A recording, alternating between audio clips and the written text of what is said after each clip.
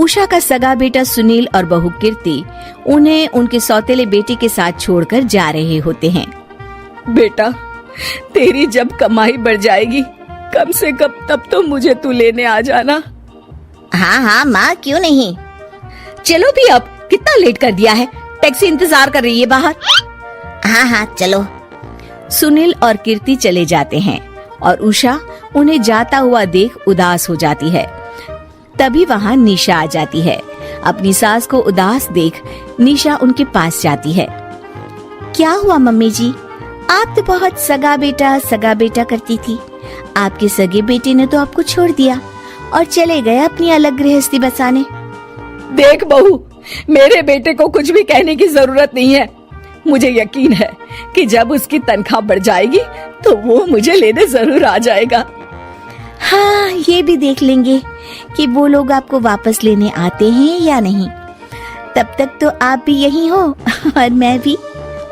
उषा अपने बेटे के ना होने से बहुत ही उदास रहने लगती है। उन्होंने खाना खाना भी छोड़ दिया। सुनिए जी, मम्मी जी ने आज भी कुछ नहीं खाया। जब भी खाने के बारे में पूछती हूँ तो कह देती है भूख नहीं है और अपने कमरे में ही बैठी रहती है। ये सुनकर ऋषभ अपनी माँ के पास खाना लेकर जाता है। माँ, सुनील बेटा, आ गया तू? ओह, तू है? माँ, मैं खाना लाया हूँ, खा लीजिए प्लीज। आप ऐसे भूखी रहेंगी तो बीमार पड़ जाएंगी। मुझे भूख नहीं है, ले जा तू खाना।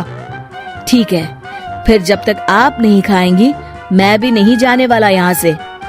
अरे तू क्यों जिद करता है? कहा ना मुझे भूख नहीं है। अरे मम्मी जी, आप खा भी लीजिए ना, ये कितने प्यार से आपको खिला रहे हैं, उसकी तो कदर कर लीजिए कम से कम। अरे तू क्यों बीच में हमेशा अपनी टांग अड़ाती है? ठीक है, लाओ दे दो। कम से कम खाने के बाद तुम दोनों तो इस कमरे से जाओगे। उषा खाना खा लेती है और ऋषभ और निशा ये देखकर खुश हो जाते हैं। चलो, कम से कम माँ ने खाना तो खा लिया। उषा एक दिन सुनील को फोन मिलाती है। हेलो बेटा सुनील, तू घर मिलने आ जाना बहू को लेकर।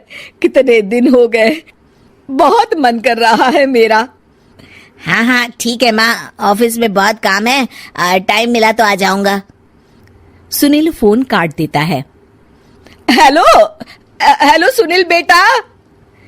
सुनील की बात सुनकर उषा उदास हो जाती है। तभी वहाँ ऋषभ आ जाता है। माँ, ये देखो, मैं जलेबी लाया हूँ तुम्हारे लिए, तुम्हें बहुत पसंद है ना? उषा जलेबी देखकर बहुत खुश हो जाती है। अरे वाह, जलेबी ला दे। उषा जलेबियां खा रही होती है और ऋषभ अपने कमरे में चला जाता है। देखा मम्मी जी, आपका ये कितना ख्याल रखते हैं, और प्यार सगे और सौतेले से नहीं आका जा सकता। आपको उदास देखकर ये आपके लिए तुरंत जलेबी ले आए, यही तो प्यार होता है। ये कहकर निशा वहां से चली जाती है और उषा सोचने लगती है, शायद तू ठीक कह रही है बहू। उषा देखती है कि ऋषभ उसका बहुत ख्याल रखता है और उसे उसकी गलती का एहसास होने लगता है। एक दिन सुनील और कीर्ति घर पर आते हैं। उषा उन्हें देखकर खुश हो जाती है। और माँ कैसी हो? अरे बहुत अच्छी हूँ। ऋषभ और बहू मेरा बहुत ख्याल रखते हैं। वैसे मुझे नहीं लगा था कि तू आएगा बहू के साथ। क्यों, ऐसा क्यों लगा आपको माँ? बेटा, फोन पर तूने कहा था कि तुझे बहुत काम है। हाँ माँ, पर मुझे ये भी तो पता था ना कि मेरी माँ इंतजार कर रही होगी मेरा। ना बेटा ना, मैं तो इंतजार नहीं कर रही थी, मैंने तो उम्मीद ही छोड़ दी थी।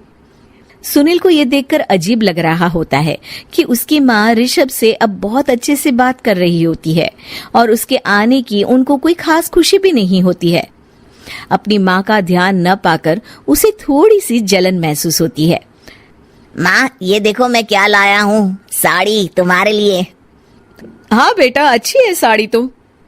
अच्छी है तो फिर आप आज इसे पहनो और फिर कहीं घूमने चले जाते हैं। बेटा, ऋषभ ने भी मुझे साड़ी दी थी, आज तो मैं वही पहनूंगी। तेरी दी हुई साड़ी फिर कभी पहन लूंगी। सुनील को अब बहुत ही ज्यादा जलन हो रही होती है। उसे समझ नहीं आता कि अपनी माँ का ध्यान फिर से कैसे वो अपनी तरफ खींचे। रात हो जाती है और उनके जाने का वक्त आ जाता है। माँ, चलो अपना सामान बांधो और हमारे साथ चलो। कीर्ति ये सुनकर चौंक जाती है। ये क्या कह रहे हैं आप? हम सासू माँ को लेने थोड़ी ना आए थे। अरे तुम चुप हो जाओ। माँ चलो जाओ, अपना सामान बांध लो। आप मेरे साथ आ रही हो, मैंने कह दिया तो कह दिया। अरे पर बेटा, तेरी तो तनख्वाह कम है, मैं तुझ पर बोझ नहीं बनना चाहती। अरे मुझ पर बोझ नहीं हो माँ, बस आप चलो ना, मैं लेकर ही जाऊंगा आपको। नहीं बेटा, अब मैं नहीं आना चाहती। मैं तो अब ऋषभ और बहू के साथ ही रहूंगी। ये सुनकर ऋषभ चौंक जाता है। ये क्या कह रही हो माँ? हाँ बेटा, मैं कहीं नहीं जाने वाली अब। माँ, अब सच में नहीं जा रही? नहीं बेटा, मैं तो तेरे पास ही रहूंगी अब, और जो प्यार मैं तुझे नहीं दे पाई वो सब दूंगी बेटा। ऋषभ और उसकी माँ गले मिलते हैं और निशा खुश हो जाती है।